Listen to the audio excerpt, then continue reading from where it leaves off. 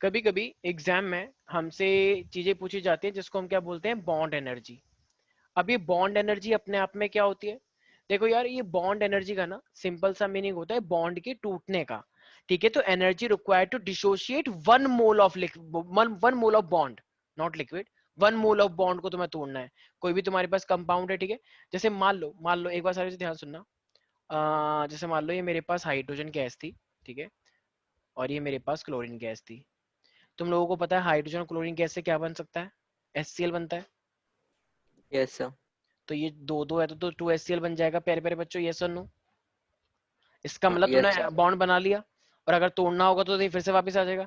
तो अगर तुम्हें इसकी बॉन्ड इंथैल्पी निकालनी है ना, तो देखो अभी क्योंकि ये ऐसे बना है ना, तो तुम क्या करोगे? अगर तुम्हें इसकी डेल्टा एच निकालना है, मतलब बॉन्ड एनर्जी निकालनी है, तो तुम करोगे bond energy of total reactant minus bond energy of product. इसका क्या मीनिंग है? देखो, एच एच का मतलब क्या मैं ऐसे ले सकता हूं, एच बॉन्ड एच। बिल्कुल। क्या मैं सीएल को ऐसे ले सकता हूँ, CL bond CL. CL bond और सीएल, अब हाँ। यहाँ पे क्या बन गया, नया बॉन्ड बना है HCl। तो बताओ HCl। तुमने इसका ये वाला बॉन्ड एच एच का और CL का बॉन्ड तोड़ा होगा या नहीं तोड़ा होगा? तोड़ा होगा। तभी तो बॉन्ड टूट के जब वो नए बॉन्ड बने हैं, H bond yes CL. Sir. ठीक है, और वो भी 2 मोल। तो इसी तरीके से हम्म। तुम्हें ये चीज करनी होती है, याद रहेगा सब बच्चों को भाई। तो अगर यस तुम्हें सर। इनकी बॉन्ड इंथैल्पी दे दी जाए, H1 की, CCl की और HCl की, तो तुम यहाँ पे कर लोगे। तो यहाँ पे मुझे क्या लिखना पड़ेगा? रिएक्टेंट है ना, तो रिएक्टेंट में जरा बताना है एच एच का है, तो एच एच का मान लो तुम्हें कितना दे रखा है, मान लो तुम्हें एच एच बॉन्ड दे रखा है 435, सपोज कर लो। तुम्हें रिएक्टेंट का मान लो दे, आई मीन सीएल का दे रखा है मान लो 243, राइट। और HCl का तुम्हें दे रखा है नया जो बॉन्ड है, उसका दे रखा है मान लो 431। ठीक है, तो अब जरा बताना टोटल बॉन्ड एंथैल्पी कितनी आएगी पूरी रिएक्शन की? तो देखो, H2 है, H2 के आगे कोई नंबर ऑफ मोल लगा हुआ है क्या? 1 लगा हुआ है, तो 1 ही लिखेंगे। तो ये हो जाएगा 435 प्लस, और कौन सा रिएक्टेंट है, 243, माइनस प्रोडक्ट में क्या है हमारे पास, HCl। HCl के लिए 431 दे रखा है बॉन्ड एंथैल्पी, लेकिन इसके आगे क्या लगा हुआ है,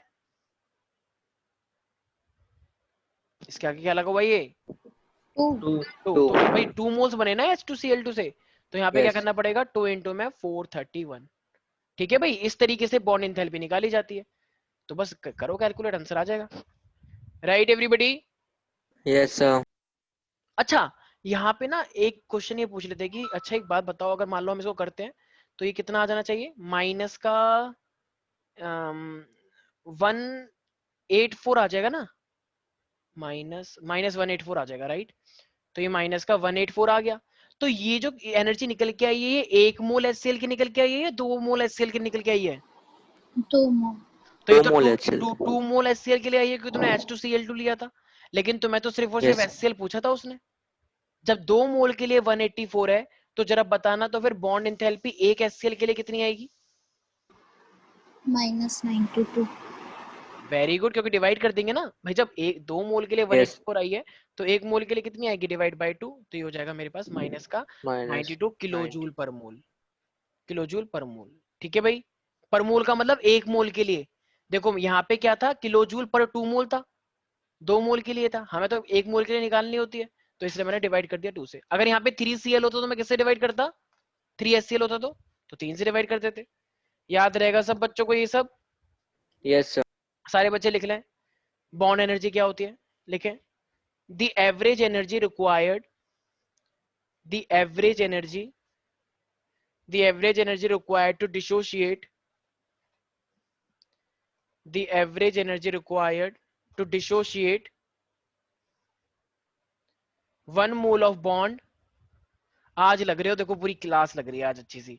आज लग रहा है कि हाँ कुछ ऑनलाइन भी कुछ क्लास होती है। आज कुछ बच्चों ने वीडियो ऑन कर रखी है, इतना अच्छा लग रहा है, इतना सुंदर लग रहा है। देखो संकल ने अभी वीडियो ऑफ कर ली, दिखा रहा है कि हम तो गाजियाबाद के हैं, हम नहीं सुनते किसी की। ठीक है बेटा। आर्यन कुमार तो ठीक है, कभी कभी कर लेता है, कभी कभी नहीं करता। हाँ, हम कुछ बोल लेते। The average energy required to dissociate 1 mole of bond, right, present between present between atoms। अच्छा, हम स्टैंडर्ड में क्या लेते हैं, सॉलिड, लिक्विड या गैस? स्टैंडर्ड के लिए हम यूज, गैस। वेरी गुड, शाबाश। बाकी बच्चों को Yes. तो पता ही नहीं क्या हो रहा है ये सब, ठीक है। Present between atoms in gaseous molecules, in gaseous molecules is called bond energy. Thermodynamics के अंदर जितनी भी चीजें हैं ये सब स्टैंडर्ड ली गई हैं, पहले गैसेस करके देखा हुआ है, इसलिए ये सब स्टैंडर्ड स्टेट का है, रैंडमली नहीं होता कुछ भी, ठीक है। तो सब स्टैंडर्ड स्टेट मतलब गैस में लिया जाता है, ठीक है। सर गैसियस मॉलिक्यूल के आगे क्या था? Gaseous molecule is called bond energy, is called bond energy, ठीक है भाई। तो अगर तुमसे डेल्टा एच पूछा जाए बॉन्ड एनर्जी के, तो हमेशा क्या बोलोगे? Bond enthalpy of reactant minus bond enthalpy of product. याद रहेगा सब बच्चों को? Yes sir. अदिति क्या हुआ, तुम आजकल सैड रहती हो एकदम, बिल्कुल नहीं हंसती, मतलब हंसना नहीं चाहिए लेकिन सैड लगती हूँ एकदम, क्या हुआ? ये नहीं, फ्रेंडशिप अलग हो गई है क्या बिल्कुल? अरे नहीं सर, ऐसा अच्छा क्यों होगा? अच्छा। और वो क्या हाल चाल है उनके, वो क्या नाम थे, मैं तो नाम भूल गया उनके। एक सर वो थी ठीक ना है सर। अनुकृति, और अनुकृति महक, और एक और थी वो एक तेरा वाली। सर ठीक है सर। अच्छा ठीक है, सब बातचीत होती है, सर क्यों नहीं होगी? ठीक है। अच्छा एक आस्था भी तो थी तुम्हारे साथ, हाँ सर है। उसने क्या लिया, science commerce arts? Sir PCB लिया उसने। अरे वाह क्या बात है। अच्छा हाँ वो बता रही थी उसे डॉक्टर बनना है, ठीक है। चलो भाई, और महक और अनुकृति? सर कॉमर्स लिया। विद मैथ्स और विदाउट मैथ्स? Sir maths. अच्छा अच्छा। कोई सिलाई मशीन नहीं ली किसी ने? एक होता है ना। मैं सोच रहा हूँ। अच्छा अच्छा ठीक है, वेरी गुड। सर एक बार पीछे कर देना। अच्छा चलो ठीक है, ठीक है भाई साहिल, जब ट्रेनिंग व्रेनिंग खत्म होते तो प्लीज मुझे बता देना, बहुत सारे कपड़े रखे हैं, ठीक है, मैं सिलवा लूँ तो, जरूर जरूर। ठीक है।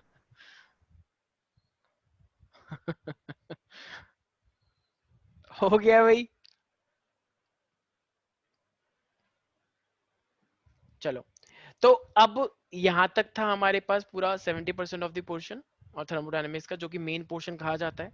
तुमने अब तक जितने भी देखो न्यूमेरिकल भी आया और कुछ थियोटिकल ज्ञान भी आया। थियोटिकल जैसे कि याद है ना वो स्टैंडर्ड एंथैल्पी ऑफ फॉर्मेशन, या enthalpy of fusion, enthalpy of vaporisation, वो सब याद? जरूर। Latent heat of vaporisation, latent heat तो नहीं, लेकिन एक आया था ना हीट कैपेसिटी फॉर आया वन है। मोल, भूल गए क्या? CP minus CV is equal to R, derivation जो Yes इंपॉर्टेंट थी, sir. ठीक है। इंटरनल एनर्जी का चेंज डेल्टा यू होता है, इंथैल्पी चेंज डेल्टा एच होता है। कोई बात नहीं बेटा, ये delta H is equal to क्या होता है, कोई बता सकता है? ये फॉर्मूला किसी को याद है? डेल्टा यू प्लस का डेल्टा डब्ल्यू, सर ये फॉर्मूला याद नहीं है किसी को? Delta H is equal to delta U, U की डब्ल्यू की जगह पे हम क्या ले सकते हैं? P into delta V. ये तो थर्मोडायनेमिक्स का है ना सर? हाँ, और अभी जो चैप्टर चल रहा है वो इक्विलिब्रियम चल रहा है ना? Very good. भाई कहाँ से डेल्टा बात एच इज करता है इक्वल टू तू डेल्टा यार? यू। ये गाजियाबाद जाके ना कुछ लोगों का दिमाग खराब हो जाता है, अच्छे अच्छे का दिमाग खराब हो गया गाजियाबाद जाके, तो ये तो फिर भी चलो बच्चा है अभी। एनआरटी भूल गए क्या? ये बताया था वर्क डन पीवी होता है, और फिर ऐसा एनआरटी भी ले सकते हैं क्योंकि पीवी इक्वल टू एनआरटी होता है। ये डेल्टा एच, ये फॉर्मूला बहुत इंपॉर्टेंट है, ठीक है। चलो, अब यहाँ पे अच्छा फर्स्ट लॉ क्या था हमारे पास थर्मोडायनेमिक्स का, कि टोटल सिस्टम की एनर्जी कांस्टेंट रहती है, बच्चों वाली बात थी वो तो, ठीक है। Yes अब sir. यहाँ पे आ रहा है सेकंड लॉ ऑफ थर्मोडायनेमिक्स। अच्छा जीरोथ लॉ ऑफ थर्मोडायनेमिक्स मैंने करवाया था ना, वो गंदा सा जो था एक, कराया है कराया ए है। Is equal to B, B is equal to C is equal to, वो थर्मल वाला, ये कि ए कराया है के सर साथ आपने। कनेक्ट, ठीक है। वो जो एग्जांपल लिया था जब तुम कहते हैं हाँ हाँ मेरे साथ हुआ है ऐसा, सारी क्लास को बहुत पता लग जाती है। चलो छोड़ो, तुम भूल गए, हाँ याद आ गया याद आ गया। ठीक है। सेकंड लॉ ऑफ थर्मोडायनेमिक्स, एक जो को तो सब बताते हैं फिर दूसरों को बताते हैं, फिर सबको ही पता लग नहीं जाती नहीं है। सब देख रहे, सब वो नहीं देख रहे होते, वही वाले ना सर? हाँ हाँ हाँ, नहीं नहीं नहीं वाला नहीं, तुम चुप हो जाओ, तुम्हें कुछ नहीं पता, ठीक है। तो सेकंड लॉ ऑफ थर्मोडायनेमिक्स अब हमारे पास आ रहे हैं, सारे बच्चे ध्यान सुनेंगे। देखो यार, कोई भी एक ऐसा प्रोसेस जो अपने आप हो जाए, मतलब कोई भी रिएक्शन, जैसे मान लो कहीं पे भी मान लो बॉम्ब ब्लास्ट हो गया, ठीक है। तो जो गैस होती है, तो वो गैस एटमॉस्फेयर में मिक्स होंगी, या वो फिर से बम बन जाएगा वापिस होके, बम फटा और फिर वो मिक्स दोबारा से होंगी। बम बन गया, ऐसा होता है मिक्स क्या? होंगी। जब नहीं। बम फट गया, तो वो तो पूरी गैस में मिक्स होता जा रहा है, तो वो अब वो नेचर करवा रही है, या वो तुमने करवाया वो अब जो मिक्स हो रहा है? तुमने तो बम फोड़ दिया, नेचर। अब तो नेचर से हो रहा है ना। ये सारे बच्चे ध्यान, क्या अब वो जो मिक्स हो गया एटमॉस्फेयर में, क्या तुम उसे फिर से कलेक्ट करके बम बना लोगे? नो। अच्छा ठीक है। अच्छा मान लो अब जैसे कि ये तुमने चाय के अंदर दूध डाल दिया, ठीक है, लेकिन मान लो वो संकल्प है, एक संकल्प बहुत कैलकुलेटिव है, उसे बोला कि एक कप के लिए इतना ही दूध जाएगा, सिर्फ 2 चम्मच, 2 चम्मच से एक बूंद भी ज्यादा नहीं, 2 चम्मच एक कप में डालता है मान लो, ठीक है। तो अब मान लो 2 बूंद एक्स्ट्रा डल गई, तो ये तो गुस्सा हो गया कि 2 बूंद कहाँ से, तो ये 2 बूंद निकालने की कोशिश कर रहा है कि कैसे ना कैसे करके 2 बूंद वापस निकालो, ठीक है, 2 बूंद अगली चाय में यूज होंगी। तो क्या ये 2 बूंद वापस निकाल लेगा उसमें से?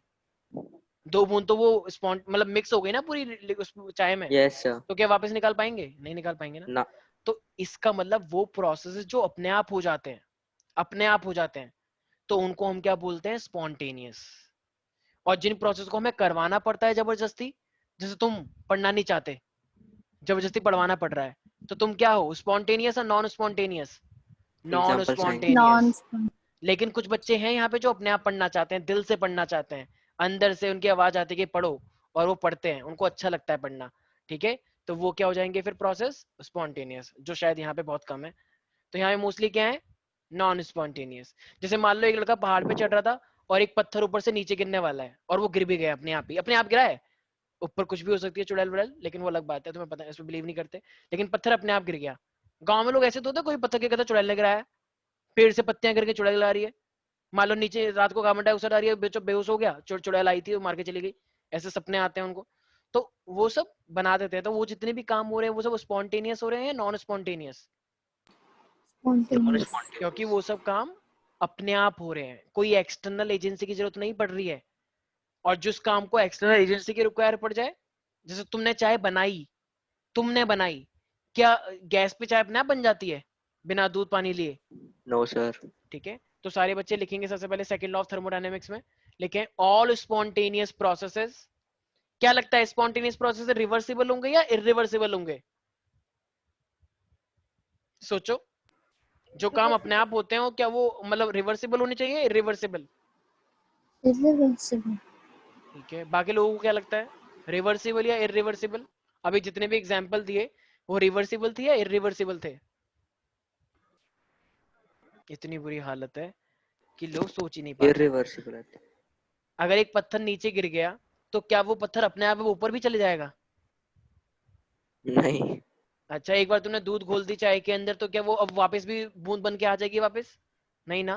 तो नो। ये सब इरिवर्सिबल है। तो पहली स्टेटमेंट लिखो, all spontaneous processes are thermodynamically irreversible. Thermodynamically irreversible.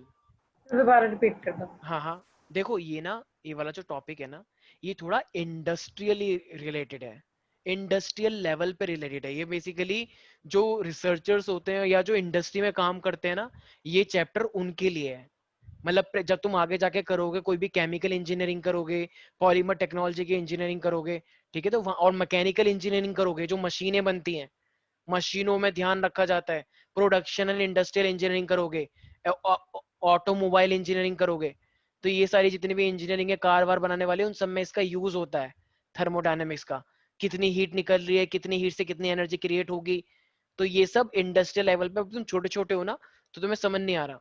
जैसे तुम एक बार बीटेक में जाओगे और थर्ड और फोर्थ ईयर में तुम्हें इंटर्नशिप करोगे कि किस चीजों का हमें ध्यान रखना पड़ता है कोई भी चीज बनाने के लिए, तो वहां पे तुम्हें प्रैक्टिकल जो 2 साल, प्रैक्टिकल नहीं, 2 साल की जो 2 हफ्ते 2 महीने की जो ट्रेनिंग होती है, महीना नहीं बोला जा रहा मेरे से, 2 महीने की ट्रेनिंग होती है, ठीक है, हर 6 महीने में। तो बीटेक में वो कंपलसरी होती है। जैसे तो सुना होगा, एनटीपीसी का नाम सुना है, नेशनल थर्मल पावर प्लांट, तो बहुत सारे मैकेनिकल वाले लोग वहीं पर ही जाते हैं। ऐसी टार्सन एंड लर्बो एक कंपनी है, पता नहीं, ऐसी कंस्ट्रक्शन कंपनीज भी हैं। तो इन सब में भेल वेल ये जितने भी पीएसयूज होते हैं, तो ये भी इंटर्नशिप करवाते हैं। तो ये सब चीजें तुम वहां पर देखोगे, ठीक है। तो जितने भी ये पब्लिक सेक्टर होते हैं, तो गवर्नमेंट सेक्टर होते हैं, तो वहां पे तुम्हें ये सब चीजें देखने को मिलती हैं। बट उस वहां पे अब मान लो कोई भी चला गया वहां पर, उन्होंने बोल दिया एंट्रोपी या एंथैल्पी चेंज, जो तुम्हें यही सब नहीं पता होगा, तो क्या वो तुम्हें सिखाएंगे कि बच्चे इंथैल्पी चेंज होती है? नहीं, वो डायरेक्ट वहीं से स्टार्ट करेंगे कि इंथैल्पी ये है, प्रेशर ये है, वॉल्यूम है। वो सब तुम्हें मशीन में सिखा रहे हैं। तो एक बच्चे ने बोला, sir what is pressure, can you explain? लो, वो तो थप्पड़ मार देगा तुम्हें, भागो यहाँ से, कहाँ से आ गए, ठीक है, इसलिए तो याद रहेगा। अच्छा देखो, अब जैसे मान लो एक रूम है, जैसे मान लो ये स्नेहा है, पता नहीं मेरी लैंग्वेज को क्या हो गया है, ठीक है। तो अब हम क्या लेकर आए, ऑल आउट लेकर आए। प्राध्यापक का सर। हाँ, ये असर आ रहा है। तो कार्तिक, अपनी वीडियो ऑफ करो, तुम्हारे यहाँ से ना इलेक्ट्रिक फील्ड आ रही है गाजियाबाद वाली, ठीक है। तो मान लो अगर ऑल आउट है तो ऑल आउट अगर तुमने लगा दिया तो ऑल आउट से हमारे पास मान लो पूरे रूम में ऑल आउट जैसी स्मेल हो गई है। तो जब पार्टिकल वहां से निकल के आ रहे हैं तो उनकी रैंडमनेस बढ़ गई है या उनकी रैंडमनेस कम हो गई है, क्या लगता है? रैंडमनेस बढ़ गई। रैंडम हो गए ना वो पूरे में। जैसे तुम परफ्यूम लगाते हो, कोई लोग कहीं कहीं भी जा रहा होता है किसी से मिलने के लिए तो परफ्यूम लगाता है, मतलब गाँव वाँव जाते हो तो परफ्यूम लगाते हो ना किसी से मिलने के लिए। तो इस तरीके से अगर तुम Yes, परफ्यूम sir. लगा रहे हो तो जब जहाँ पे तुम जिसके साथ बैठते हो तो उसको भी स्मेल आती नहीं आती? बिल्कुल आ जाएगी। वो कहते हैं कौन सा आती है। परफ्यूम लगाया है, वो कहती है शट अप।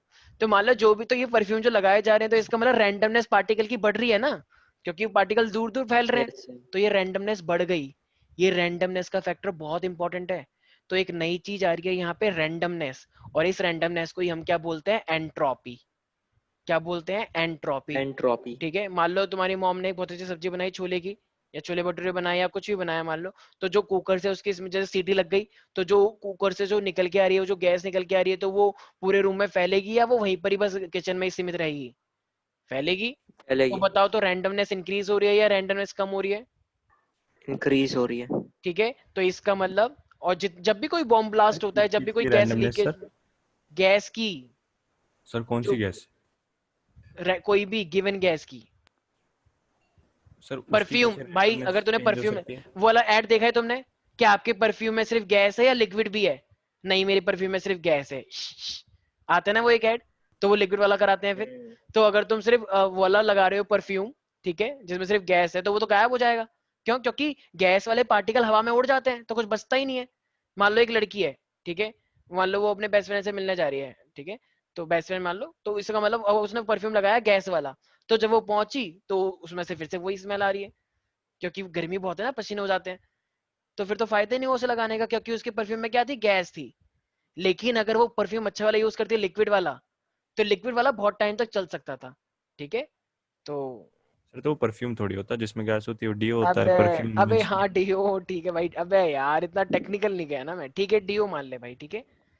ठीक है, तो ठीक मेन है बात सर। ये थी कि अगर कोई कोई भी अगर तुमने डिब्बे में रखा हुआ है जो कि हाई प्रेशर में, अगर तुम उसे दबाते हो तो वो गैस निकल के आती है, पूरे में फैल जाती है।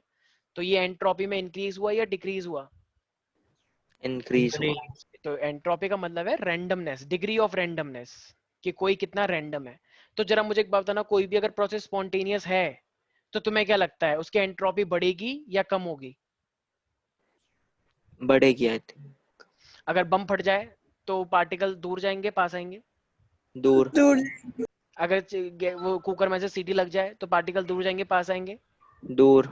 तो इसका मतलब जो भी ये सब स्पॉन्टेनियस प्रोसेसेस हैं, तो यहाँ पे जो यूनिवर्स की जो एंट्रोपी है वो इंक्रीज हो रही है या डिक्रीज हो रही है?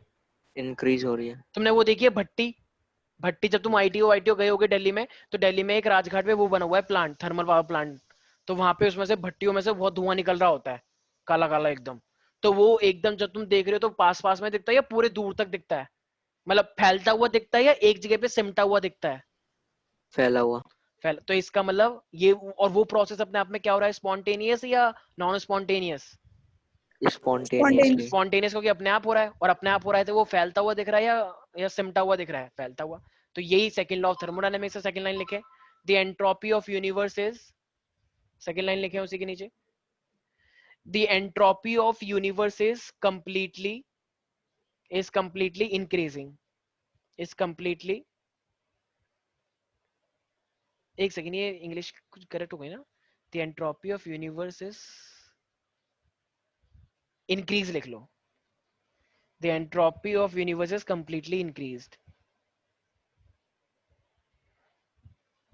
सर कंप्लीट की जरूरत ही नहीं है, इज इंक्रीजिंग है सिंपल सा सर।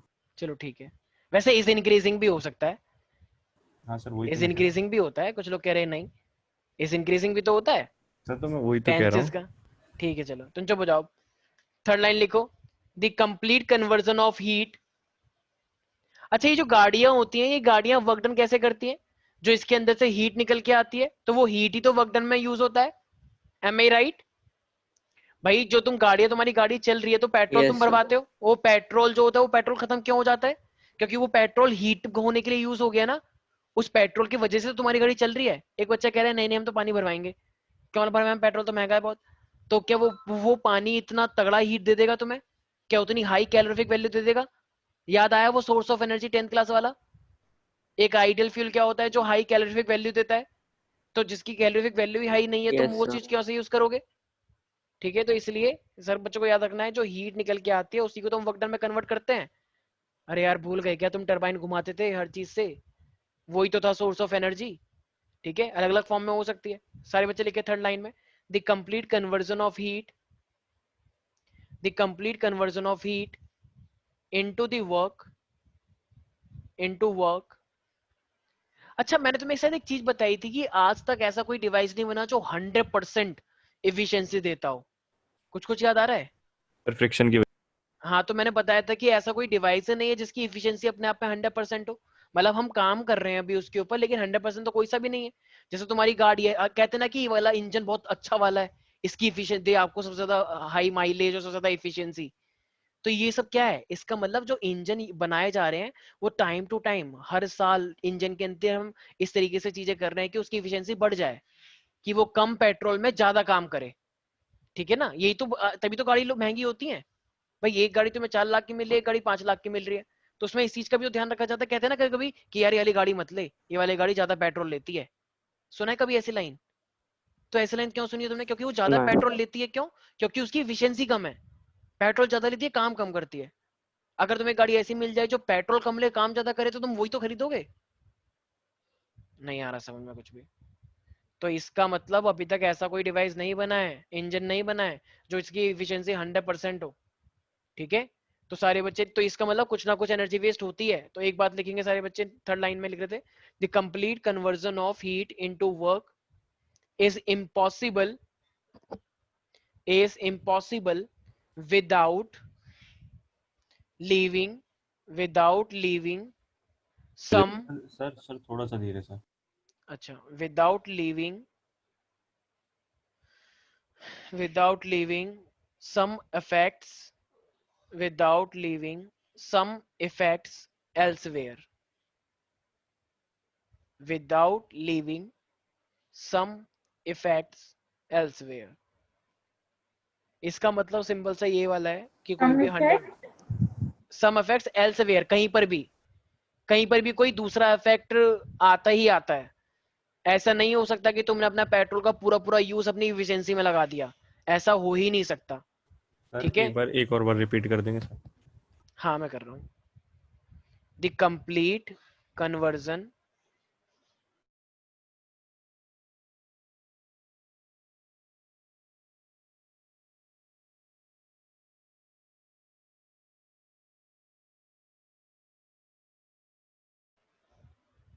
मेरी आवाज आ रही है अब? हाँ, आ रही है सर। मैं क्या कह रहा था, the complete conversion of heat into work is impossible without leaving some effects elsewhere। अब मुझे एक बात बताओ, अगर तुम्हारे पास एक, तुमने 100 रुपए का पेट्रोल डलवाया, ठीक है, जो पेट्रोल डलवाया, क्या वो पेट्रोल पूरी पूरी तरीके से क्या सिर्फ तुम्हें इफिशियंसी दे सकता है? सिर्फ वो पूरा वर्क डन कर दे पूरा पेट्रोल, क्या ऐसा हो सकता है?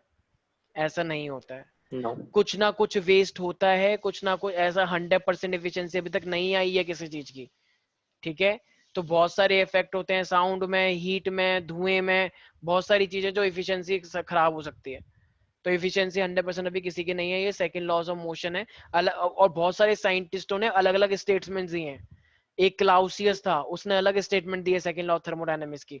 तो अलग अलग साइंटिस्ट के अलग अलग स्टेटमेंट्स हैं, लेकिन अभी जो मैंने लिखवाई तुम्हें इतना ध्यान रखना है। ठीक है भाई? अच्छा, अब जरा मुझे एक बात बताओ कार्तिक, अभी हमने डिस्कशन किया है स्पॉन्टेनियस प्रोसेस के बारे में, तो अगर अब मैं बात करता हूँ नीचे स्पॉन्टेनियस प्रोसेस के बारे में, क्या लगता है ये क्या होता है? सर जो फैल रहा होता है इन द सेंस, सर वो हो रहा होता है। जो अपने आप हो जाए हाँ या जो सर। दूसरे करवाएं?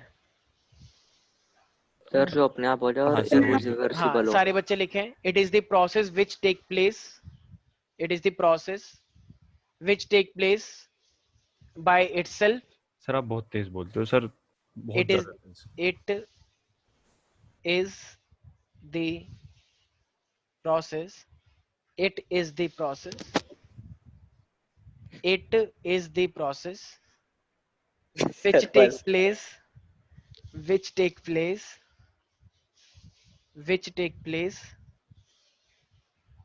which take place by itself by itself by itself and by itself or by or by or by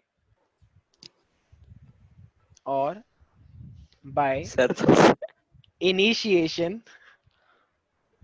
initiation initiation is called spontaneous process. हो गया सर? हाँ, अच्छा, shut up. सर एक और बार रिपीट। अबे यार एक थप्पड़ मारूंगा बदतमीज। ठीक है, तो ये हमारे पास क्या है, तो एग्जाम्पल अगर ये मजे ले रहा था, पता है कुछ नहीं। ठीक है, अच्छा मुझे एक बात बताओ, एक नमक को तुमने पानी में डाल दिया और घोल दिया, ठीक है, और वो नमक घुल गया, लेकिन वो आस्था ने एक्चुअली गलती से डाल दिया पानी में। अब ये तो एक एक नमक के टुकड़े को, एक छोटा सा जो होता है ना, उसको छोड़ती नहीं है, गिर जाए तो एकदम तुरंत बिल लेती है कि नहीं नहीं वेस्ट नहीं करना किसी चीज को। पूरा सर ने एक टॉपिक पढ़ाया था सस्टेनेबल डेवलपमेंट, कि हमें अपनी फ्यूचर जनरेशन का ध्यान रखते हुए विकास करना है, तो कोई भी चीज वेस्ट नहीं होनी चाहिए। तो ये बहुत अच्छी बच्ची है।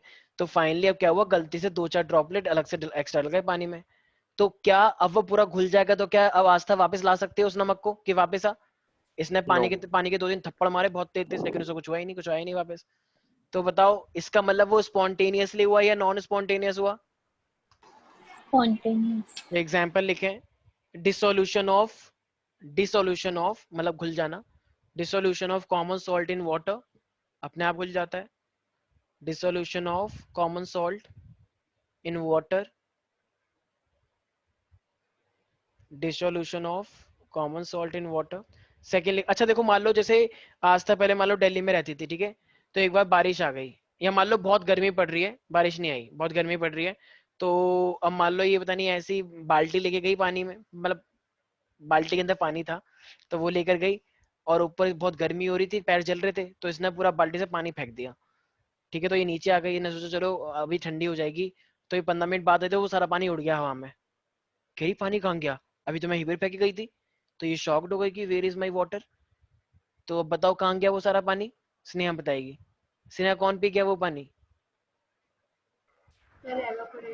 हाँ, तो इवेपोरेशन जो हुआ ये अपने आप हुआ या तुमने करवाया है? अपने आप। अपने आप कराया ना, सन ने कराया, नेचर ने कराया। तो सारे बच्चे लिखे evolution of water, sorry evaporation of water, evolution गलती से, evaporation of water in an open vessel या open surface, in an open vessel और open surface, in an open vessel और ओपन सरफेस, ठीक है। अच्छा, ये जो पहाड़ों से नदियां बहती रहती हैं, कहते हैं ना देखो देखो झरना, वो wow what a beautiful scene, ऐसे लोग पिक खिंचवाते हैं ना, लेट्स टेक अ सेल्फी, तो ऐसे झरना पीछे बह रहा होता है, तो वो स्पॉन्टेनियस है या कोई उसे जबरदस्ती बहा रहा है, ऊपर से धक्का मार रहा है पानी को, जाओ नीचे? हाँ, स्पॉन्टेनियसली। वो नेचर करवा रही है या वो जबरदस्ती के ऊपर से कोई फेंक रहा है पानी को? नेचर। नेचर करवा रही है, ऊपर से जब बर्फ पड़ती है तो बर्फ पिघलती है, और बर्फ पिघलती बहुत बड़े लेवल में बर्फ पिघलती है, तो वो सारा पानी एक जगह पे इकट्ठा होकर पूरे पहाड़ से नीचे गिर रहा होता है। भाई पहाड़ तो बहुत ऊंचे ऊंचे होते हैं ना, और उस नीचे गिरने पानी को झरना बना देते हैं लोग, उसके नीचे नहाते हैं फिर। याद है कैंपटी फॉल, मसूरी कैंपटी फॉल, ये फॉल तो नहीं क्या क्या फॉल, ठीक है। तो ये हमारे पास क्या होता है, तो ये स्पॉन्टेनियस माना जाएगा या नॉन स्पॉन्टेनियस? स्पॉन्टेनियस। स्पॉन्टेनियस। सारे बच्चे लिखे flow of water, flow of water down a hill, सही है ना स्टेटमेंट ऐसी, डाउन अ हिल, ठीक है। अरे लिख लो, कोई बात नहीं, समझ में आना जरूरी है। Flow of water falling from a hill लिख लो। डाउन अ हिल भी होता है वैसे, डाउन अ हिल या फॉलिंग फ्रॉम अ हिल, वैसे भी तुम इंग्लिश क्लास थोड़ी ले रहे हो, एक ही बात है ये, ठीक है। वैसे छोटे में डाउन अ हिल भी पढ़ा है मैंने तो, ठीक है भाई। कोई डाउट है इसके अंदर? तो ये सब क्या है, स्पॉन्टेनियस है। अच्छा, तो नॉन स्पॉन्टेनियस क्या हो जाएगा फिर? सर जो हम लोग करवा रहे हैं, मतलब अपने आप से नहीं हो रहे वो। जैसे कि, अच्छा मान लो नदी के पानी को तुम नीचे ना ले जाके अब ऊपर ले जाना चाह रहे हो, तो ऊपर ले जाना चाह रहे हो तो पानी ऊपर बहता है, कभी ऐसा देखा है कि एक पहाड़ पे पानी ऊपर आ रहा है नीचे से? No sir. एक आदमी बैठ गया उसके ऊपर, कह रहा मैं ऊपर पहुंच जाऊंगा, देखो पानी बहुत तेज आएगा, तो ऐसा हो सकता है क्या? नो कि वो सर। पानी में बैठ गया और वो सीधे ऊपर पहुंच गया, कि ये पानी ऊपर ले जाता है? ऐसा नहीं होता है, ठीक है। और पानी में इतनी ताकत नहीं है कि तुम्हें वो ऊपर ले जाए, ठीक है।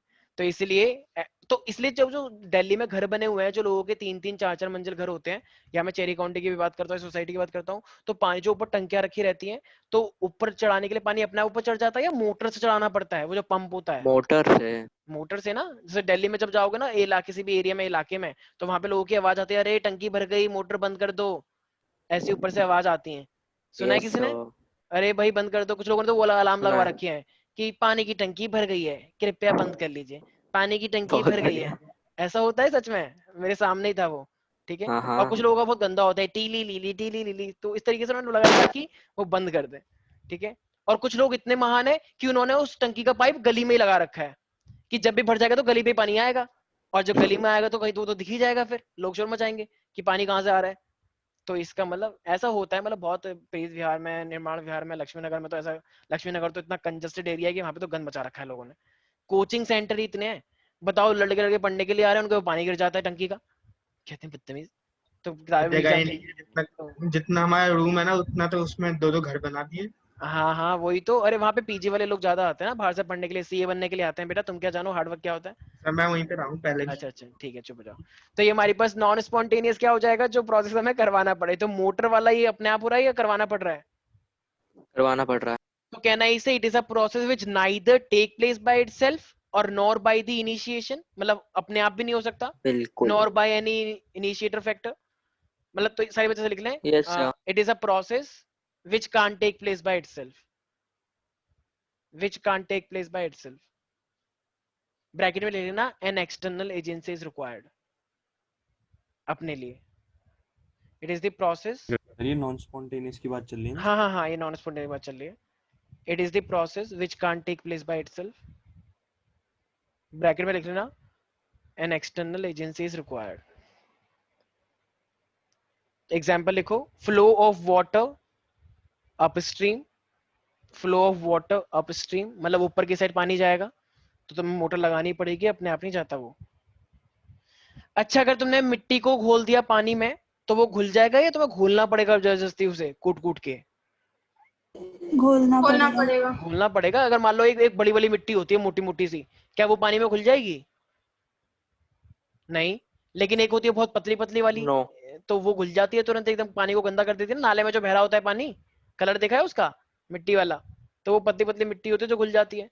तो इसका मतलब वो अपने आप नहीं घुलता है। तो सारे बच्चे लिख लेंगे, dissolution of salt, sorry dissolution of sand in water.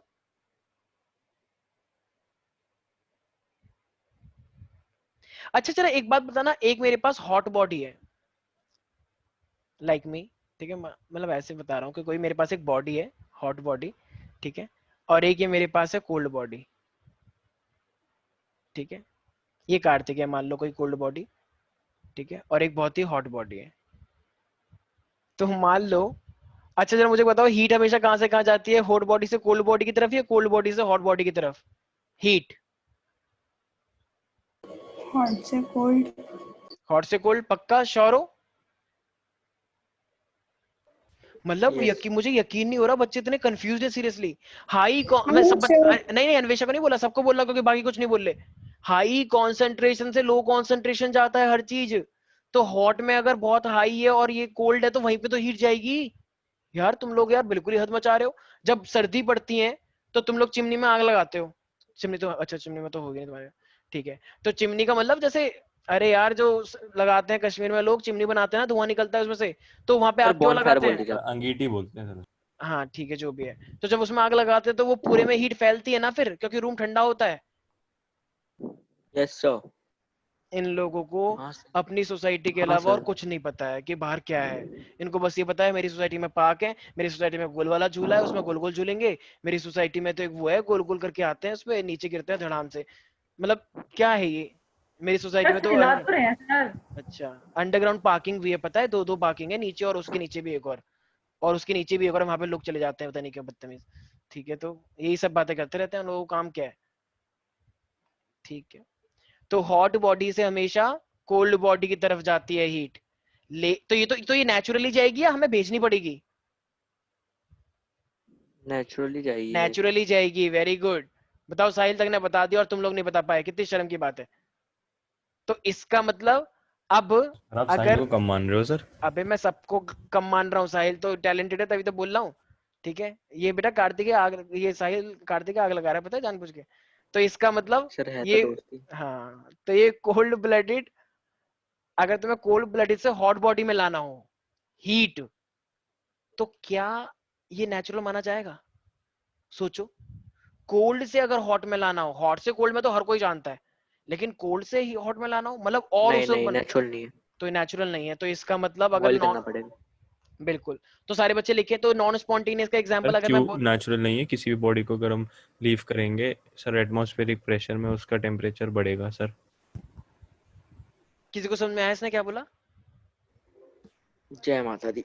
फिर से बोलो एक बार कर देंगे, बहुत लोग बहुत एक्साइटेड है सुनने के लिए। सर हाँ, आपने बोला कि कोल्ड बॉडी से सर क्या बोलते हैं, हॉट हॉट बॉडी बॉडी। में बनना सर वो नेचुरल नहीं है, मतलब वो खुद कराना पड़ेगा सर। लेकिन हाँ किसी हाँ, भी चीज़ को अगर आप पानी को भी, ठंडे पानी को भी छोड़ोगे तो सर वो हो जाएगा, क्या बोलते हैं, गर्म हो जाएगा। भाई गर्म कहाँ हो जाएगा, इतना गर्म थोड़ी होगा यार। अच्छा अच्छा अच्छा, एक सेकेंड एक सेकेंड, इसने एक एग्जांपल लिया कि एक ठंडा पानी लिया और ठंडा पानी फिर चलो नॉर्मल हो गया, तो वो नेचुरल नहीं है। भाई भाई भाई, एक होता है न्यूट्रल, ठीक है, तुमने लिया है न्यूट्रल, और अभी साहिल ने जो बोला बिल्कुल सही बोला। मैं हॉट की बात कर रहा हूँ, बहुत गर्म बॉडी, और ये कोल्ड बॉडी, और ये जो तुम सोच रहे हो हॉट बॉडी कोल्ड बॉडी, ये एक्चुअली होता है इंजन के अंदर, इंजन जो बनाते हैं। ये कोल्ड बॉडी वोल्ड नहीं बॉडी ये सर, नहीं वो है। ये नहीं बोल रहा था, उसने क्वेश्चन उल्टा बोला था, आपने उल्टा सुन लिया। अच्छा ठीक है, श्योर है, वेरी गुड। तो ये हमारे पास, तुम्हारे तो पढ़ते तो बड़े अच्छे लग रहे हैं पीछे वाले, क्या बात है, कूल। सर क्या मिलवा। ठीक है, तो ये हमारे पास कोल्ड बॉडी से अगर तुम्हें हॉट बॉडी पे लाना है तो ये इम्पॉसिबल सा है, इसके लिए तुम्हें पंप वम लगाना पड़ेगा, तो ये हो जाएगा नॉन स्पॉन्टेनियस। ठीक है भाई, तो बताओ ड्राइविंग फोर्स हमें कहाँ चाहिए होता है, स्पॉन्टेनियस में या फिर नॉन स्पॉन्टेनियस में? ड्राइविंग फोर्स, एक बाहर का फोर्स।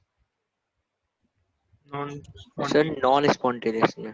स्पॉन्टेनियस तो अपने आप होता है, नॉन स्पॉन्टेनियस पे हमें क्या चाहिए, एक ऐसा ड्राइविंग फोर्स चाहिए होता है। याद रहेगा यस सब सर। बच्चों को। यस। अब ये तो हुआ प्रोसेस के बारे में, अब सारे बच्चे लिखे हैं एंट्रोपी। एंट्रोपी, एंट्रोपी, अभी एंट्रोपी अपने आप में क्या होता है, इसे हम बोलते हैं रैंडमनेस। क्या बोलते हैं इसे, मतलब डिग्री ऑफ रैंडमनेस। सारे रैंडमनेस। बच्चे लिखे, it is the measurement of randomness. वो बताया ना, मैंने एग्जांपल दिया था पार्टिकल का।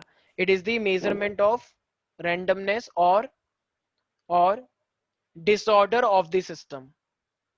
और रैंडमनेस क्या, एक और बता दीजिए। It is the measurement of randomness और डिसऑर्डरनेस। डिसऑर्डरनेस, जब बम फटता है तो फिर डिसऑर्डरनेस बढ़ जाता है ना उस धुएं का, डिसऑर्डरनेस ऑफ द सिस्टम। या ऐसे भी लिखते हैं कुछ लोग, डिसऑर्डर ऑफ द सिस्टम और डिसऑर्डर ऑफ द सिस्टम। तो जरा बताओ, किसके अंदर रैंडमनेस ज्यादा होता है, गैस, सॉलिड या लिक्विड? गैस। गैस। तो अगर मैं एंट्रोपी की बात करता हूँ, रैंडमनेस की बात करता हूँ, तो गैस में ज्यादा होता है, लिक्विड में पास पास हो जाते हैं, और सॉलिड के अंदर बहुत ही पास आ जाते हैं।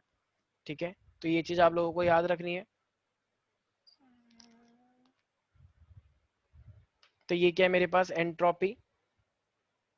देखो भाई, अब सबको याद पता होगा कि हमारे पास, देखो हम ना क्या करते हैं, एक किसी भी सब्सटेंस का अगर मुझे एंट्रोपी चेंज निकालने की कितना रैंडमनेस आया, तो actually it is equal to Q by T. तुमने कितनी हीट दी और कितने टेम्परेचर पे तुमने उसे करा, तो उस पर डिपेंड करता है। तो एंट्रोपी चेंज अपने आप में क्या होता है, अगर मुझे टेक्निकली, मैंने कुछ डेफिनेशन लिखवाई थी, याद है, हीट कैपेसिटी में स्टैंडर्ड डेफिनेशंस, रेशो करके फॉर्मूले को देख के जो डेफिनेशन बनाई जाती है। मान लो एंट्रोपी चेंज निकालना है तो वो किसके बराबर होता है, क्यू अपॉन टी। तो इसको हम क्या लिखेंगे, तो सारे बच्चे लिखेंगे, सारे बच्चे लिखो एंट्रोपी चेंज में, एंट्रोपी चेंज लिखो, it is the amount of heat absorbed. क्योंकि देखो, चाय से धुआं कब निकलेगा, जब तुम उसे गर्म करते हो, इसका मतलब तुमने उस चाय को हीट दी ना, चाय को तुमने हीट दी तभी तो उसके अंदर से पार्टिकल दूर दूर, जैसे कभी चाय अच्छी बनती है तो उसकी स्मेल आ जाती है दूर तक कि बड़ी अच्छी वाली चाय, जैसे मान लो अग्नि चाय, अग्नि चाय कड़क कड़क भड़क भड़का दे, ऐसा कोई तनी कोई आता है ना टीम ऐड, अंग अंग फड़का। अच्छा वो तो कुछ और है, देसी तड़का वो तो मिर्ची वाला वो है। ठीक है, एक ऐसी कुछ मतलब चाय भी होती है ना, तदी ताजमहल, ठीक है, तो उसकी स्मेल आती है। तो अगर तुम उसे हीट नहीं दोगे तो स्मेल कैसे आएगी? तो इसका मतलब सारे बच्चे लिखे it is the amount of heat absorbed, remember हम टेम्परेचर कांस्टेंट रखते हैं, आइसोथर्मली हीट एब्जॉर्ब्ड आइसोथर्मली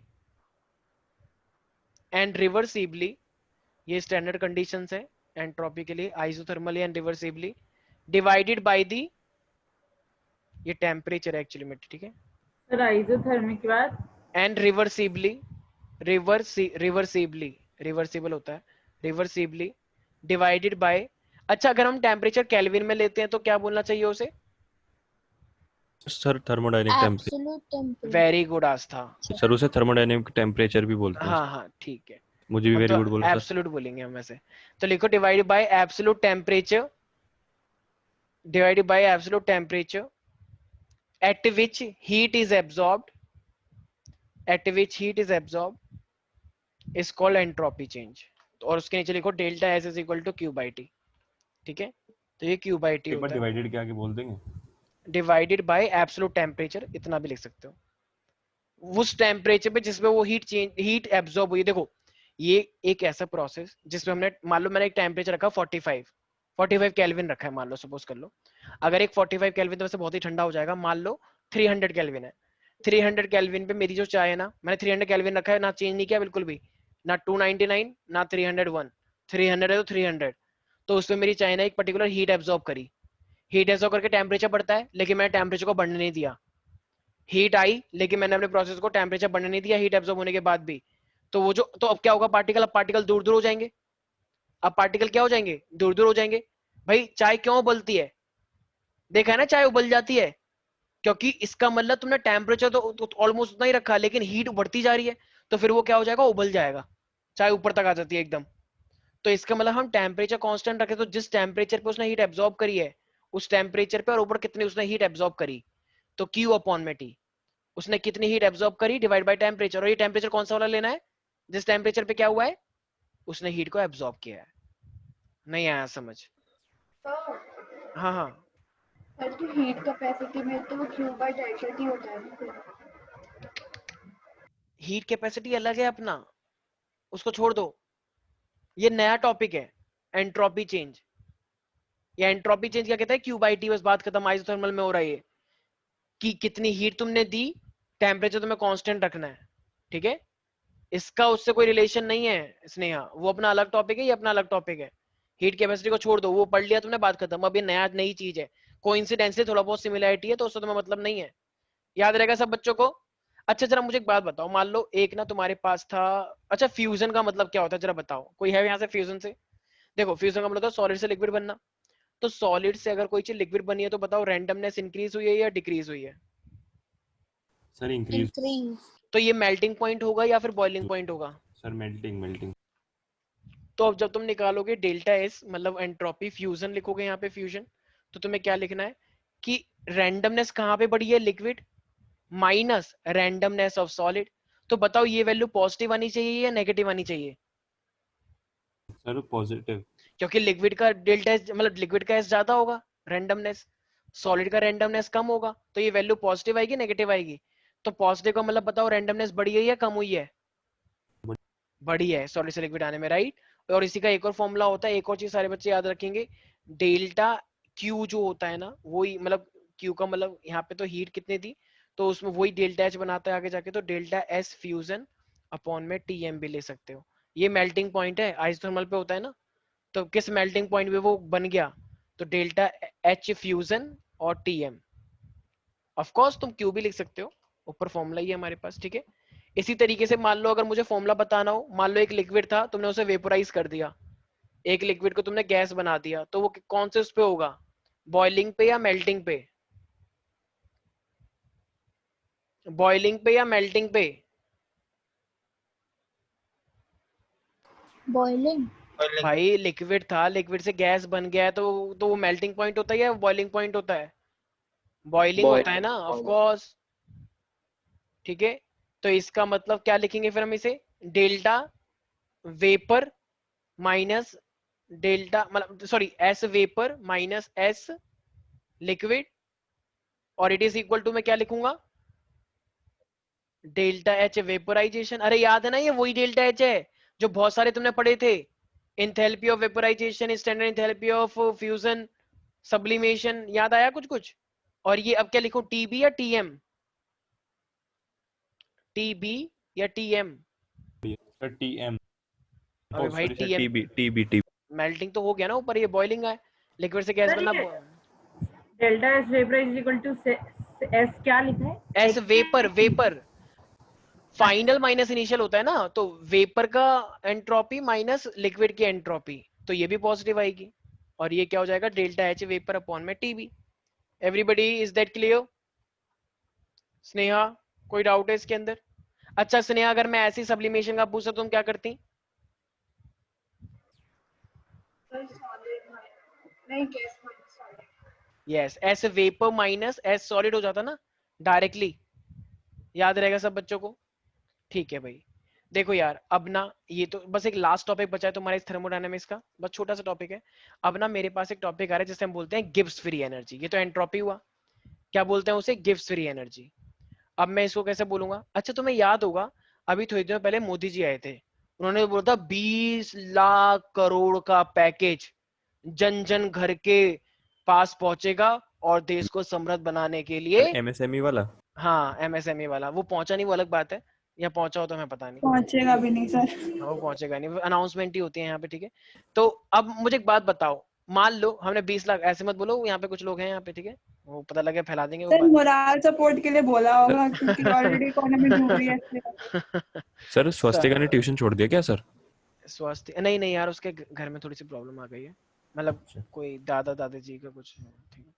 अच्छा देखो, तुम्हें बड़ी याद आई, क्या बात है? हाँ सो नहीं कार्तिक है। सर वही बोलती है ना सबसे ज्यादा यहाँ। अच्छा ओके, तो 20 लाख करोड़ का पैकेज आपकी मान बेस्ट लो, फ्रेंड है ना सर वो? ठीक है तुम चुप हो जाओ, थप्पड़ मारूंगा बदतमीज, ठीक है। तो ये मान लो देखो, एक बीजेपी की जो सरकार चल रही है, मेरे सभी बेस्ट फ्रेंड है, ठीक है, तुम कम बोलो बस, एक्सेप्ट यू। तो अब मान लो मेरे पास, मतलब ये जो बीजेपी गवर्नमेंट चल रही है, ठीक है, मोदी जी की गवर्नमेंट चल रही है, मान लो इनके पास टोटल पैकेज कितना है, खुद का पैसा मिला के भी, खुद भी सैलरी लेते ना ये लोग, जो लोग वो हो गए हैं, मान लो जो पहले एमएलए रह चुके हैं उनको भी पेंशन जाती है, तो ये टोटल पैकेज मान लो 80 लाख करोड़ है मोदी जी के पास, ठीक है।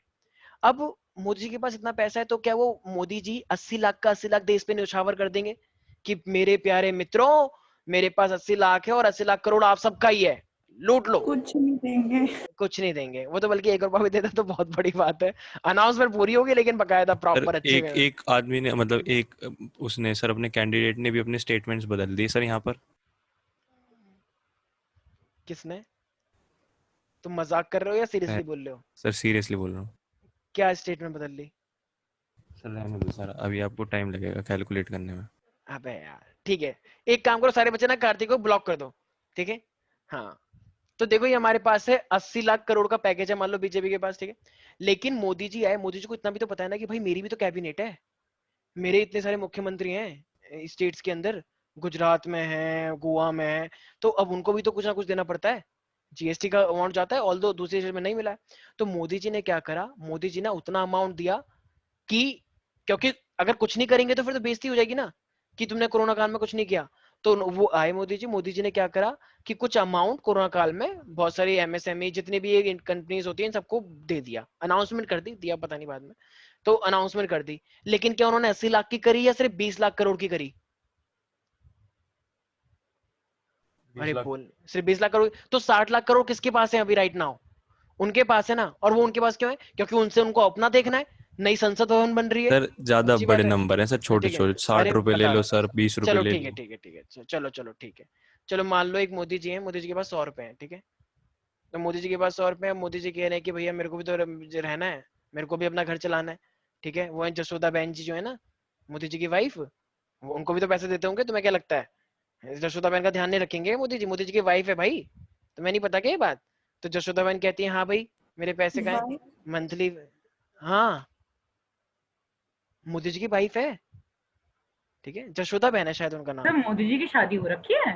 मोदी जी हाँ, की शादी लो हुई है? लो, सर पता है सर, नहीं पता है। सर, ओ माय गॉड, हाँ हो रखी सर है हाँ भाई, उनकी शादी हो रखी है, पता है मेरे को, मैंने बताई हो थी। रखी है शादी, लेकिन उन्होंने अपने बीवी को ऐसा कर रखा है कि तुम हो लेकिन तुम हो नहीं, ऐसा वाला सीन है। सच्ची? हाँ हाँ, वो उनके मॉम के पास ही तो रहती हैं मोस्ट प्रोबेबली। ठीक है, अलग रहते हैं तो पता नहीं, ठीक है, क्योंकि वो जब भी जाते हैं अपनी मॉम से मिलते हैं, अपनी वाइफ से नहीं मिलते, और मिलते होंगे तो दिखाते नहीं है टीवी वाले। ठीक है, चलो ये सब छोड़ो, आ जाओ टॉपिक के ऊपर। वो उनकी पर्सनल लाइफ है, तुम्हें क्या मतलब, पर्सनल लाइफ में कोई कुछ भी करे भाई, वाइफ वाला थोड़ा पर्सनल हो जाता है ना। ठीक है, चलो आ जाओ।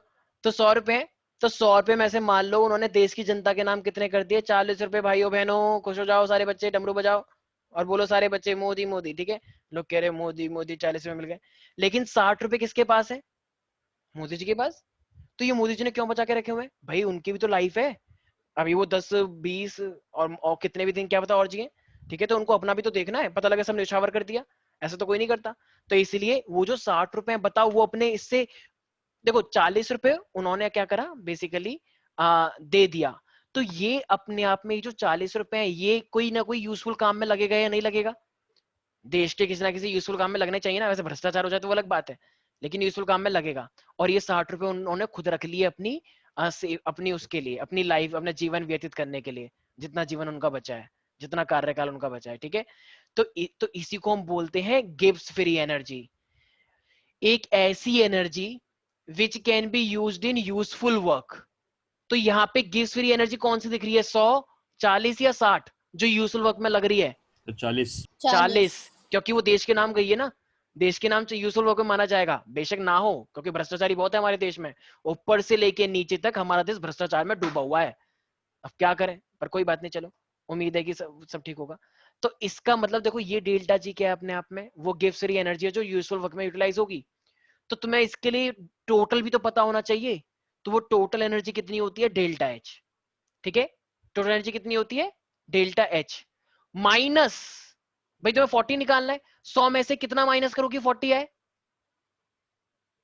60 ना अपने लिए बचा के रखेंगे। तो अब हम टोटल में से क्या माइनस कर रहे हैं, T delta S.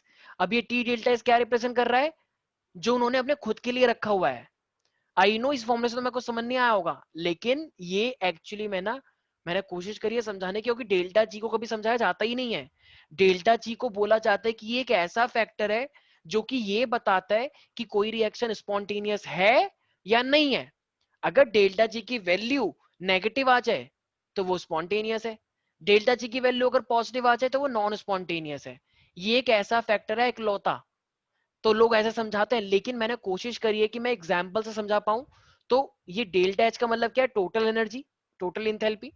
Total enthalpy में से तुमने क्या माइनस कर दिया, जो तुमने खुद के लिए बचाया है, अपनी सेविंग के लिए बचाया। मान लो एक बाबा जी हैं, एक बाबा जी बहुत अमीर है, मान लो टाटा है, वो टाटा बिल्ला, टाटा बिल्ला नहीं, टाटा बिल्ला तो अलग हो गया ना, टाटा अलग है, बिल्ला अलग है। ठीक है, तो टाटा जी हैं, ठीक है, तो टाटा ने के पास बहुत सारे रुपए, बहुत सारे रुपए, पूछे मैं कितने रुपए। ठीक है, तो उन्होंने क्या करा, उनका मान लो उनका कोई बेटा है, तो उन्होंने कहा बेटा चिंता मत कर, तू खूब इंजॉय कर, जितना तुझे करना है, सारे पैसे मैं दूंगा, तेरी आने वाली 7 जनरेशन के पैसे मैं छोड़ के जाऊंगा। वो कहते हैं अरे वाह क्या बात है पापा जी, यू आर द बेस्ट। ठीक है, लेकिन अब टाटा जी को अपने देश में भी तो नाम करना है। तो उन्होंने कहा लेकिन बेटा कुछ पैसा मैं देश पे भी लुटाऊंगा। उन्होंने कहा ठीक है, लेकिन मेरे पे कोई कमी नहीं होनी चाहिए, जितना उठाए उठाओ। ठीक है भाई, तो उन्होंने देश पे लुटा दिया, लेकिन उन्होंने खुद के लिए तो बचाया। तो खुद के लिए यूजफुल नहीं माना जाता, दूसरे के लिए किया जाने वाला यूजफुल होता है। तो फिर टोटल में से अपने लिए जो बचाया उसमें से माइनस करके जो आएगा वही तो यूजफुल आएगा। तो वही तो करा है। डेल्टा जी का मतलब क्या होता है, it is the energy which can be utilise in doing useful work, यही डेफिनेशन है इसकी। तो डेल्टा एच मतलब क्या हुआ, टोटल एनर्जी हुआ एक तरह से, और उसमें से हमने क्या माइनस कर दिया, जो हमने अपने लिए यूज करी है। तो जो निकल के आएगा वही तो डेल्टा जी होगा। यस और नो एवरीबॉडी? तो डेल्टा जी का मतलब क्या होता है, यस yes. तो इट इज, लिखो सारे बच्चे, delta G it is the energy, it is the energy which can be utilized in, it is the energy which can be utilized in, which can be utilized in doing useful work. Sir please repeat कर दो। It is the energy which can be utilized in, it is the energy which can be utilized in doing, which can be utilized in doing useful work. सारे बच्चे लिखेंगे उसके नीचे delta G is equal to delta H minus T delta S.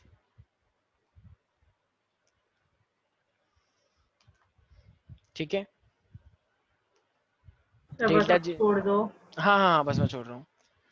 देखो भाई, अब ना एक चीज मैंने बोली, अगर डेल्टा जी नेगेटिव होता है तो वो क्या होता है? अगर डेल्टा जी की वैल्यू अगर नेगेटिव हो जाए तो वो क्या होता है? स्पॉन्टेनियस। इसका मतलब अपने आप हो जाएगा। और अगर डेल्टा जी अगर पॉजिटिव हो जाए तो नॉन स्पॉन्टेनियस। Right everybody?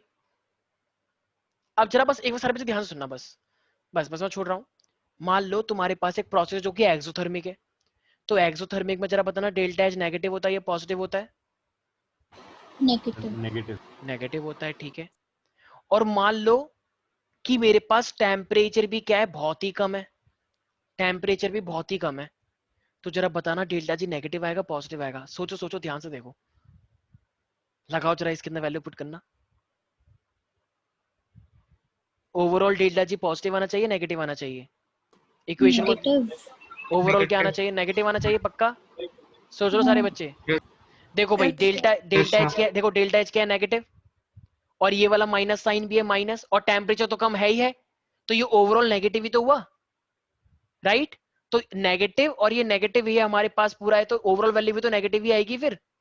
सोचो ध्यान से, इसका मतलब अगर प्रोसेस एक्सोथर्मिक हो और टेम्परेचर अगर कम हो तो वैल्यू मेरी क्या आएगी?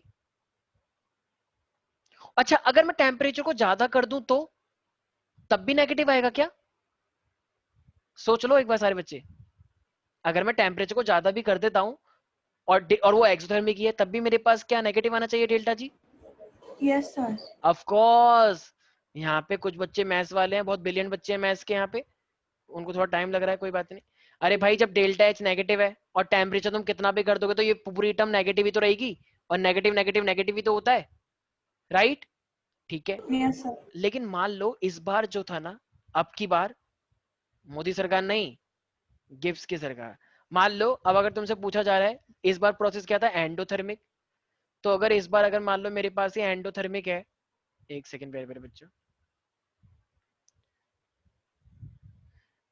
एंडोथर्मिक का मतलब क्या होता है? Delta is equal to positive, ठीक है। अब थोड़ा सा बेटा फंस जाएगा पेच, यहाँ पे थोड़ा ध्यान से सुने। टी अगर कम है, अगर टेम्परेचर कम है और डेल्टा एच पॉजिटिव है, मतलब एंडोथर्मिक है, शौर्या सर पे मारना बंद करो अपने, everything will be all right. मुझे पता है तुम्हारे सर में दर्द हो गया, अरे यार तुम्हारी मैंने रिक्वेस्ट नहीं सुनी, मुझे ब्लैक स्किन लेनी चाहिए थी, मैं भूल गया यार, तो बताया क्यों नहीं तुमने? जैसे मुझे मैसेज नहीं कर सकते तुम, मैं भूल गया, हाँ, बताओ शुरू बिल्कुल कर ही। दिया था सर आपने। मुझे स्टार्टिंग में अपनी स्कूल की मीटिंग में था। अच्छा चलो, अगली बार से ध्यान रखेंगे, तुम्हारे लिए ब्लैक स्क्रीन लेंगे। एक्चुअली हमारे प्यारे प्यारे बच्चों को सर में दर्द हो जाता है, कुछ बच्चे बहुत सेंसिटिव हैं, चलो कोई बात नहीं। हाँ, तो डेल्टा जी कितना आएगा अगर डेल्टा एच पॉजिटिव है और टेम्परेचर कम है? देखो अब देखो, यहाँ पे सारा मैथ्स चेक हो जाएगा बच्चों, पॉजिटिव। सोच लो बेटा। देखो यस सर। ये पॉजिटिव है डेल्टा एच, तो ये बड़ा है, और टी बहुत कम है, अगर टी बहुत कम है तो ये वैल्यू छोटी सी हो गई ना, और ये नेगेटिव हो रहा है, तो अगर बड़े पॉजिटिव में से अगर कोई चीज माइनस करते हैं तो ओवरऑल पॉजिटिव आता है नेगेटिव आता है? नहीं समझ में आया। पॉजिटिव। अबे +50 -20 कितना आया? पॉजिटिव। तो पॉजिटिव। पॉजिटिव, इसका मतलब वो मेरे पास क्या है, endothermic, I mean spontaneous non spontaneous? Non spontaneous. ठीक है। अब मान लो वही सेम चीज, डेल्टा एच मेरे पास पॉजिटिव है, लेकिन जो टेम्परेचर है वो बहुत हाई है, बहुत हाई टेम्परेचर है। स्क्रीन ऊपर कर दो, दिख नहीं रहा। अच्छा अच्छा, डेल्टा एच पॉजिटिव है लेकिन टेम्परेचर बहुत हाई है मेरे पास, अब क्या आएगा बताओ? नेगेटिव। पक्का? क्यों आएगा नेगेटिव वैसे? मतलब माइनस है ना टेम्परेचर उसका। बहुत हाई है। हाँ, क्योंकि टेम्परेचर बहुत हाई है तो ये वाली वैल्यू बड़ी हो जाएगी बहुत, तो नेगेटिव हो जाएगी, और ये पॉजिटिव छोटा हो जाएगा, तो बड़े नेगेटिव में से छोटा पॉजिटिव हो गया, तो ओवरऑल वैल्यू तो नेगेटिव ही आएगी ना, राइट? Yes sir. ये था पूरा का पूरा थर्मोडायनेमिक्स के बारे में, ठीक है। बस 3-4% बचा है, वो हम नेक्स्ट क्लास में करेंगे। इसी के साथ तुम्हारा ये सबसे मतलब गंदा तो नहीं, वियर्ड टाइप का अ यूनिक चैप्टर, ठीक है, सॉरी एन यूनिक चैप्टर बोल सकते हैं। तो ये हमारे पास एक बहुत ही यूनिक चैप्टर था जिसका फाइनली समापन होने जा रहा है। मुझे उम्मीद है आप लोगों को बहुत मजा आया होगा इस चैप्टर में, थर्मोडायनेमिक्स में सब लोग बहुत एक्साइटेड थे इस चैप्टर को पढ़ने के लिए, ठीक है। बाकी हम पढ़ते हैं नेक्स्ट क्लास में, ठीक है भाई। तो चलो स्नेहा, तुम्हारा वाला चैप्टर थियोरेटिकली वैसे तो हो गया है, लेकिन तुम्हें एक बात पता है, ये चैप्टर, सॉरी ये वाला चैप्टर नहीं, तो जब तक हम इसके न्यूमेरिकल की प्रैक्टिस नहीं करेंगे, ठीक है, तो जब तक हम वो नहीं बोल सकते कि चैप्टर खत्म हो गया है, ठीक है? चलो कोई बात नहीं, everything will be all right, we will thank you sir. Bye bye, take care.